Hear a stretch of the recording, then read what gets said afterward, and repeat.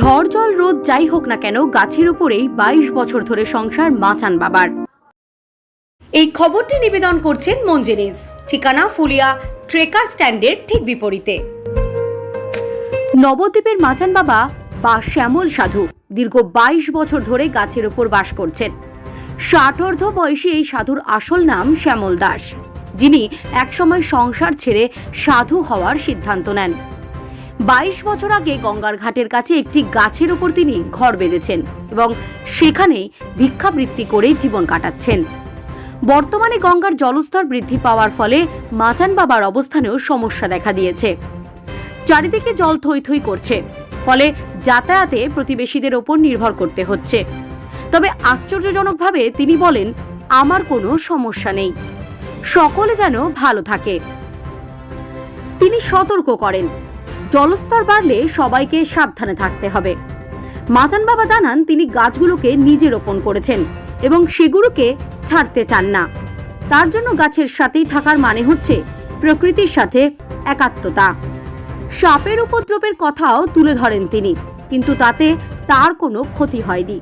তিনি বলেন, ওরাও বাঁচার জন্য আশ্রয় খুঁজছে। মাচান বাবার জীবনযাপন সত্যি এক অনন্য দৃষ্টান্ত, যেখানে তিনি নিজের সুখকে পরিহার করে সমগ্র সমাজের মঙ্গল কামনা করেন।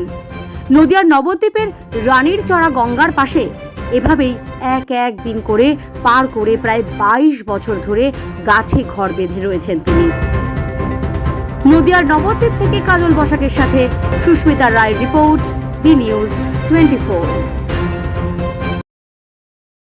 আপনি তো এখানে রয়েছেন কত বছর ধরে গাছের মধ্যে ঘর করে রয়েছেন? আমি 22 বছর হয়ে গেছে। আচ্ছা, হ্যাঁ, তাতে কোনো অসুবিধা নেই। এর আগে জল বেড়েছিল, মাজা জল হয়েছিল, তখন আবার এইখানেই ছিলাম, তখন আবার এরকম হয়েছে, আবার এই কিস্তিতে আবার জল ছেড়েছে, তাতে কোনো অসুবিধা নেই আমার। এই জন্য ওরা এইখানে এসে উঠেছে, কারণ ওইখানে গেলে সবাই মিলে কেউ লাঠি দিয়ে পিটাবে, কেউ দিয়ে পিটাবে, তাই জন্য ওরা একটু এখান থেকে এইটুকু নিয়ে এই যে অনেকের নৌকা থাকে, বাবা একটু পার করে দেয় না, গেলাম। আবার হয়তো আসার সময় হয়তো দেখলাম বাবা একটুখানি, ওরা যদি থাকে তবে নিশ্চয়ই পার করে দেবে, না থাকলে পরে ওই মাথায় করে এই যে ভেলা আছে, এই ভেলার উপরে দিয়ে বাসি নিয়ে চলে আসলাম। বাসি জিনিস খাবে না, কারণ এখন জলের ব্যাপার। হ্যাঁ, নোংরা কোনো জিনিস রাখবে না এবং নোংরা হয়ে থাকবে না, পরিষ্কার পরিচ্ছন্ন থাকবে। এই বার্তাতেই সবাই যেন ভালো থাকে, সুখে থাকে। বাসি খাবে না কেউ। আপনার নাম কি? আমার নাম হচ্ছে শ্যামল সাধু, শ্যামল সাধু মাচান বাবা বলে, নবদ্বীপ রানীরচরা চাকিপাড়া কদমতলার ঘাট।